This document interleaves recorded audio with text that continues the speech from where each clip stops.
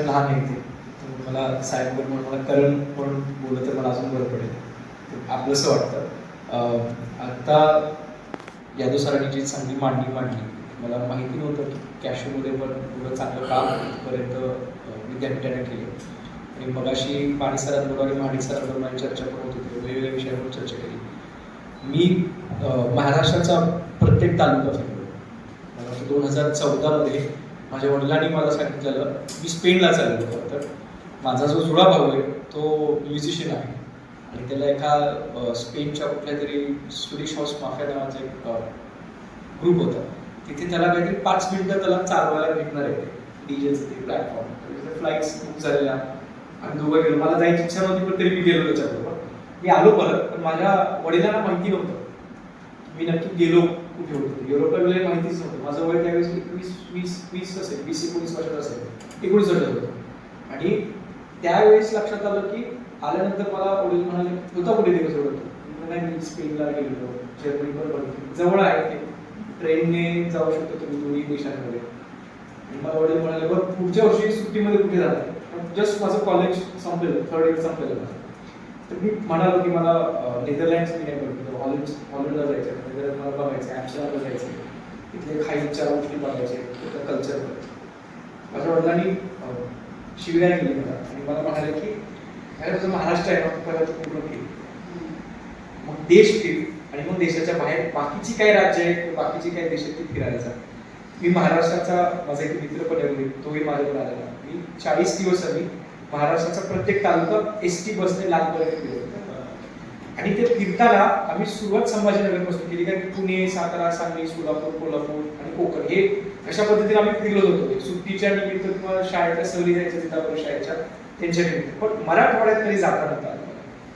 मराठवाड्याच्या आम्ही 10 ते 12 जिल्हे पूर्ण केले आणि विदर्भाचे 10 ते 12 जिल्हे पूर्ण केले. मला एक लक्षात आलं की महाराष्ट्राचा दौरा संबंधात मला लक्षात आलं की खूप दुःख आहे महाराष्ट्रात, ते पाहायला गेलं पाहिजे.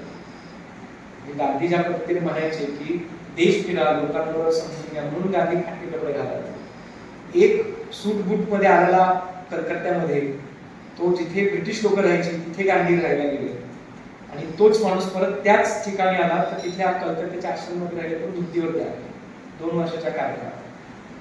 त्यावेळेस मी ठरवलेलं की महाराष्ट्रात परत यायचं आणि महाराष्ट्रातल्या दुःखाबरोबर काम करायचं. परत मी अमेरिकेला गेलो शिक्षणासाठी, 2.5-3 वर्ष तिथे होतो. तिथे शिक्षण घेतलं, तिथे नोकरी केली.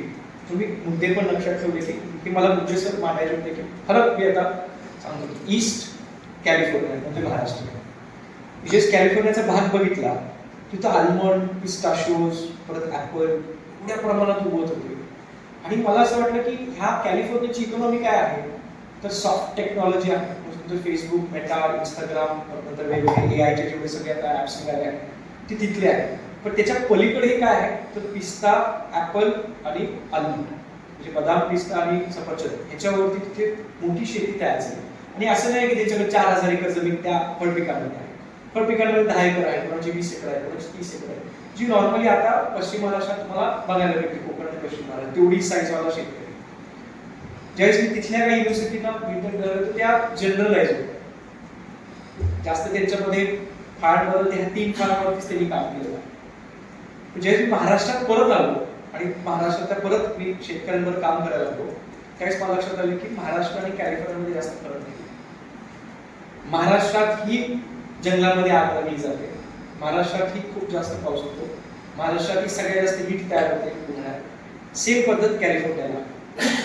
महाराष्ट्रामध्ये बानेर सारखं किंवा पिंपरी चिंचवड सारखं किंवा पुण्यासारखं आणि मुंबईसारखं फायनान्स आणि टेकचं होतं. तसेच कॅलिफोर्नियाला सॅन होजे, सॅन डिएगो इथेही टेकचं आणि फायनान्शियल तयार झाले. कॅलिफोर्नियालाही दुष्काळी भागात पिस्ता आणि बदाम उगवतो. कॅलिफोर्नियाला पाण्याचं प्रमाण आपल्यापेक्षा कमी, आपल्यापेक्षा कमी पाऊस पडतो. इथे ड्राय लँड एरिया आहे. आणि मला ते समीकरण मी बघत होतो की जर कॅलिफोर्नियाला जर अमेरिकेतून बाहेर काढलं आणि बाकीच्या देशांबरोबर कॅलिफोर्निया राज्य म्हणून जर कम्पेअर केलं तर तो जगातला सर्वात श्रीमंत 4था देश म्हणून तयार होऊ शकतो, एकटा कॅलिफोर्निया. महाराष्ट्राचा जर जीडीपी महाराष्ट्राला जर बाहेर काढलं तर सब सहारन कंट्रीज म्हणजे मी इथिओपिया किंवा अल्जेरिया ह्या ज्या आफ्रिकेतील जे काय उत्तर आफ्रिका, दक्षिण आफ्रिकेमध्ये काही जे देश आहेत त्यांच्यापेक्षा एक वाईट परिस्थिती भारताची होऊ शकते. महाराष्ट्र ही एक सोनं आहे, ती खाण आहे सोन्याची, पण शेतीमध्ये आहे. आणि मला आज कोकण विद्यापीठात आल्यानंतर मी जे काय भाज्या फळं आणि फळं बघत होतो, मला असं परत वाटलं की परत कॅलिफोर्नियामध्ये आलो. कारण की असं का, मी बाकीच्या विद्यापीठांचं नाव नाही घेत, पण असं दरवेळेस वाटतं कोकण विद्यापीठ ती ताकद आहे कोकण विद्यापीठात. इकडे पाऊस जरी जास्त होत असला, लोक जरी थोडी मायग्रेटेड असतील, तरी मला असं वाटतं की कोकण विद्यापीठाचं जो रिसर्चचं जे काम आहे ते कुठेच नाही. आज जर तुम्ही प्रश्न विचारलात की सगळ्यात चांगली आंब्याची रोपं भारतामध्ये किंवा जगामध्ये कुठे भेटतील, तर तुम्हाला कोकण विद्यापीठाचं नाव आहे. डाळिंब संशोधन केंद्र आहे की जगातलं सगळ्यात चांगलं संशोधन केंद्र हे सोलापूरच्या दुष्काळी भागामध्ये उभारलं गेलं. ह्या विद्यापीठात जे काम करते सगळ्यात जास्त पावसामध्ये, त्याचे पण काही ड्रॉबॅक्स आहेत पावसाचे, त्याच्यामुळे लेबर भेटत नाही, त्याच्यामुळे लोक बाहेर शेती करायला येत नाही. एवढा पाऊस आहे, 4 महिने ते 5 महिने तर पावसातच जातात. पण तरी इथे वेगवेगळ्या प्रकारची फळे ती मला नाव पण घेता येत नाही. फळांची आवघड मी बघितला, स्टार्च बघितला, पण माझी 2-3 अजून जी फळं होती ती वेगवेगळी होती. मला वाटतं की जर ह्याच्यामध्ये जर आपल्या विद्यापीठाने अजून काम केलं तर सगळ्यात जास्त दुष्काळी भाग म्हणून मानदेशाकडे पाहिलं जातं. मानदेश तिथेच आहे.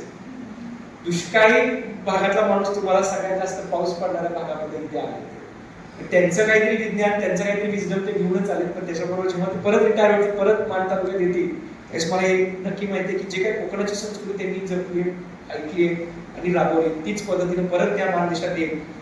एक मानदेश आणि कोकणाचं एक नातं आहे की सगळ्यात जास्त पाऊस पडतो आणि सगळ्यात कमी पाऊस पडतो.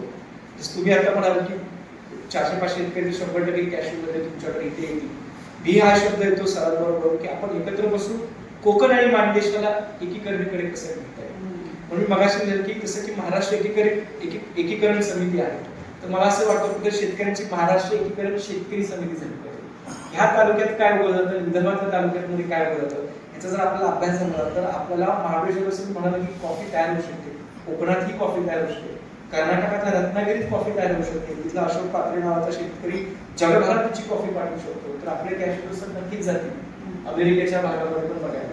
टॅरिफचा खेळ असतो, तेही आपल्याबरोबर त्याच्यावरती काम करतोय. पण मला एवढं आवडलं आज कोकण विद्यापीठात येताना. मी आलेलो फक्त खरं अर्ध्या तासाच्या मीटिंगला, पण मला वाटतं सरांनी माणिक सरांनी एवढा मोठा कार्यक्रम नावाची प्रिंट पण तयार झाल्या. मला वाटतं की हे युद्धपातळीवरचं काम आहे आणि अशा जर कामाला जर मानदेशी म्हणून एक तरुण म्हणून जर माझी कुठेही मदत लागली, पण कुठेही आम्हाला तुमची मदत लागली, तेवढं सहकार्य असावं. आणि मला आज खरंच खूप बरं वाटतं की अशा कार्यक्रमामध्ये गेले सगळेच सहकारी आज 7 वाजता आणि गव्हर्नमेंटचं म्हटल्यानंतर अजून आनंद येतो की 7 वाजल्यापासून ते लोक बसले असतात आणि आपुलकीने तुम्ही आमचं स्वागत केलं. मला आनंद होईल की जेवढ्या शेतकऱ्याची मदत लागेल आम्ही नक्की ते आंब्यासाठी आणि नंतर तुमचं कॅशू आहे, फणस आहे, याच्यावरती ज्या वेळेस मदत लागेल किंवा आम्हाला तिथे काय व्हरायटी लावता येतील का, फणसामधल्या आंब्यामधलं तर केशर आहेच, याच्या पलीकडे जरी काम करता आलं तर आम्ही नक्की त्याच्यामध्ये भाग घेऊ. आणि थँक्यू सर, खूप बरं वाटलं तुम्ही तिघांची भेट घेताना. आम्हाला तुम्ही चांगल्या पद्धतीने आम्हाला स्वीकारलं, त्याच्यावर तुम्ही खूप खूप आभार. जय हिंद, जय महाराष्ट्र.